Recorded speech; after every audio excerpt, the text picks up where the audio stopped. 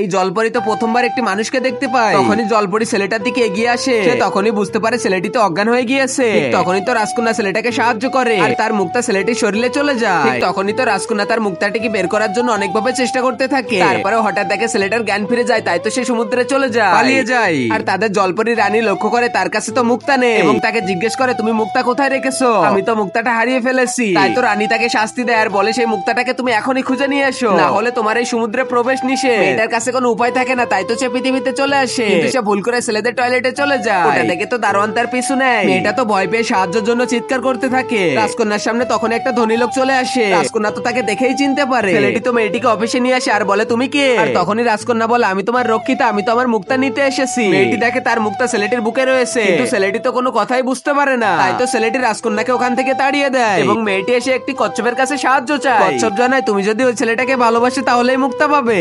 আর আগে মহান আল্লাহকে তুমি ভালোবাসলে লাইক এন্ড সাবস্ক্রাইব করে দাও। আর পার্ট 2 দেখতে চাইলে অবশ্যই কমেন্টে পার্ট 2 লিখো।